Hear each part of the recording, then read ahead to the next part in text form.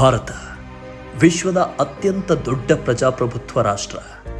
ನಮ್ಮದೇ ಆದ ಸಂವಿಧಾನವನ್ನು ರಚಿಸಿಕೊಂಡು ನಮಗೆ ನಾವೇ ಅರ್ಪಿಸಿಕೊಂಡಿದ್ದೀವಿ.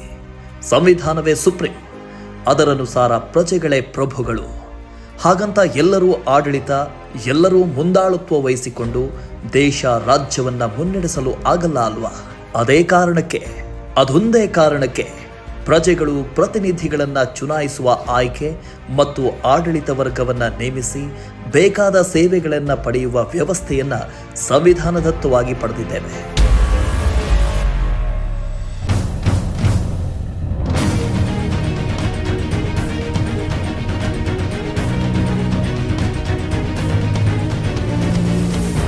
ಶಾಸಕಾಂಗ, ಕಾರ್ಯಾಂಗ, ನ್ಯಾಯಾಂಗದಂತೆ ಸಂವಿಧಾನದ 4ನೇ ಅಂಗವಾಗಿ ಮಾಧ್ಯಮವಿದೆ. ಪ್ರಜೆಗಳ ಪರವಾಗಿ ಧ್ವನಿ ಎತ್ತುವ, ಆಡಳಿತ ವ್ಯವಸ್ಥೆಯನ್ನು ಪ್ರಶ್ನಿಸುವ ಉದ್ದೇಶದಿಂದಲೇ ಮಾಧ್ಯಮಕ್ಕೆ ವಿಶೇಷ ಸ್ಥಾನಮಾನ. ನಾವು ಒಪ್ಕೊಳ್ತೀವಿ, ಇವತ್ತು ಮಾಧ್ಯಮ ವಿಶ್ವಾಸಾರ್ಹತೆ, ನಂಬಿಕೆ, ವಸ್ತುನಿಷ್ಠತೆಯನ್ನು ಗಾಳಿಗೆ ತೂರಿರುವುದು ಗುಟ್ಟಾಗಿ ಉಳಿದಿಲ್ಲ. ಈ ವಿಡಿಯೋವನ್ನು ನೋಡ್ತಿರೋ ನಿಮ್ಮನ್ನು ಒಳಗೊಂಡಂತೆ ಪ್ರತಿಯೊಬ್ಬರೂ ಮಾಧ್ಯಮ ಅಂದರೆ ಹೀಗಿರಬೇಕು ಅಂತ ಕನಸು, ಕಲ್ಪನೆ ಕಟ್ಟಿಕೊಂಡಿದ್ದೀರಿ. ಪ್ರಜೆಗಳೇ ಶಕ್ತಿ, ಅವರ ಧ್ವನಿಯಾಗಿ ಶಕ್ತಿಯಾಗಿ ಇರಬೇಕು. ರೈತರು, ಬಡವರು, ನಿರ್ಗತಿಕರು, ಶೋಷಿತರ ಪರ ನಿಲ್ಲಬೇಕು. ಅವರಿವರ ಮನೆ ಕಥೆ ಸುದ್ದಿಯಲ್ಲ. ಲೋಗೋ ಇಟ್ಕೊಂಡು ಅವ್ರು ಹೀಗೆ ಹೇಳಿದ್ರು ನೀವೇನು ಹೇಳ್ತೀರಿ ಅಂತ ಕೇಳುವುದೇ ಪತ್ರಿಕೋದ್ಯಮ ಅಲ್ಲ. ನಿಜವಾದ ವೃತ್ತಿಪರ ಪತ್ರಿಕೋದ್ಯಮವನ್ನು ಕಟ್ಟಿ ಮುಂದಿನ ತಲೆಮಾರಿಗೆ ಒಂದೊಳ್ಳೆ ಮೈಲುಗಲ್ಲು ಸ್ಥಾಪಿಸಿ ಹೋಗೋದು ನಮ್ಮ ಶಪಥ.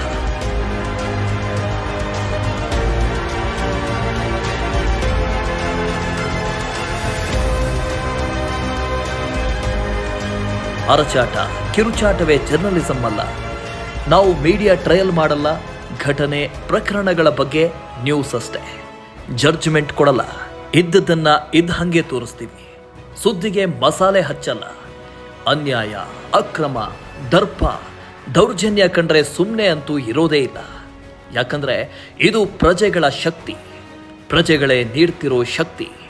ಪ್ರಜೆಗಳಿಗಾಗಿ ಇರೋ ಮಾಧ್ಯಮ ಪ್ರಜಾಶಕ್ತಿ. ಇದು ನಿಮ್ಮ ಧ್ವನಿ.